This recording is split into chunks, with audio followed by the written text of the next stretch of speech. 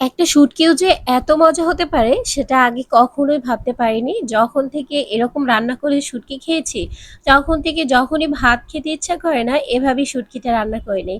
আসসালামু আলাইকুম, কেমন আছেন সবাই? সবাইকে ওয়েলকাম করছি আমার চ্যানেলে। আর এখন শুটকি রান্না করব, আর শুটকির তেল ঝাল করে দেখাবো। আশা করছি রেসিপিটি খুব ভালো লাগবে।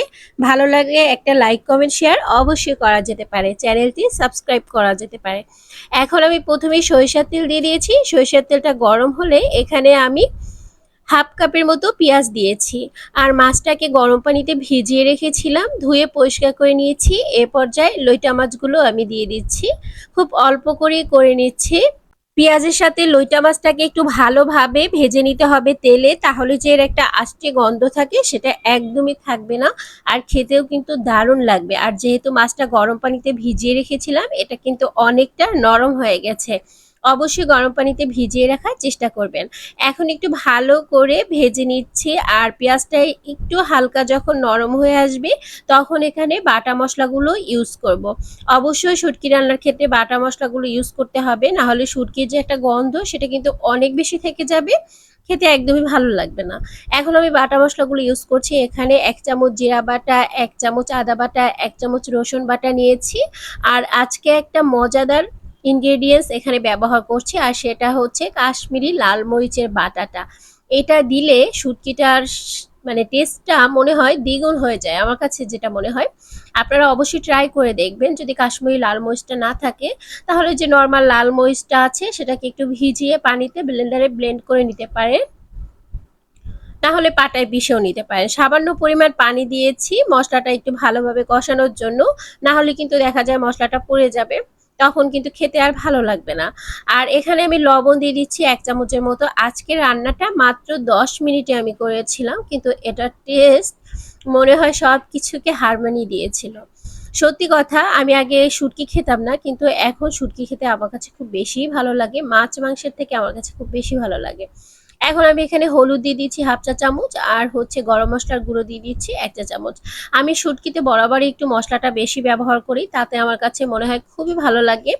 আর এটা তেলের ভিতরে একদম ভাজা হয় বলে টেস্টটা অসাধারণ। আজকে আরও একটা ইনগ্রিডিয়েন্টস এখানে ব্যবহার করব, যেটা হয়তো বা আপনারা কখনোই ব্যবহার করেননি, আর যেটার কারণে এটার টেস্টটা আরও অনেকটা বেড়ে যায়। এখানে একটা ছোট সাইজের সিদ্ধ আলু নিয়েছি, একটু থেতলে তারপর এখানে ব্যবহার করছি, আর ভালো করে একটু নেড়ে চেড়ে নিচ্ছি। আর দেখতে পাচ্ছেন মশলাগুলো একদম শুকিয়ে এসেছে, আর তেলটা কিন্তু উপর দিকে ভেসে উঠেছে।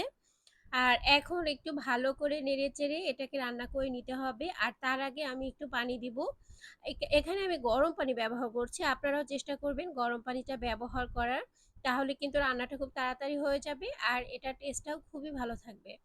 এখন এই পর্যায়ে ঝোল দিয়ে তারপর একটু নেড়েচেড়ে নিয়েছি, আর দেখতে পাচ্ছেন মাছগুলো একদম ভেঙে গিয়েছে আর মিশে গিয়েছে আলুর সাথে, আর খুব সুন্দর একটা লুক চলে এসেছে।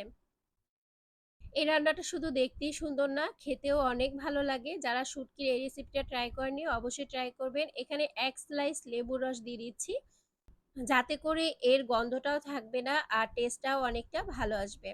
এখন ভালো করে চুলার আঁচটা একটু বাড়িয়ে নেড়েচেড়ে নিতে হবে। আর এখন আমি ভালো করে চুলার আঁচটা বাড়িয়ে একটু নেড়েচেড়ে নিচ্ছি। আর কিছুক্ষণের ভিতরেই কিন্তু রান্নাটা প্রায় হয়ে এসেছে, পানিটাও শুকিয়ে এসেছে, তেলটা উপর থেকে ভেসে উঠেছে। তার মানে শুটকিটা একদম রেডি হয়ে গেছে। তো কেমন লেগেছে আজকের রেসিপি অবশ্যই কমেন্ট সেকশনে জানাবেন। ভালো লাগলে লাইক, শেয়ার, কমেন্ট করবেন। আমার রেসিপিগুলি যদি আপনাদের কাছে ভালো লাগে অবশ্যই একটু লাইক, কমেন্ট, শেয়ার করবেন, আর চ্যানেলটিকে সাবস্ক্রাইব করতে অবশ্যই ভুলবেন না।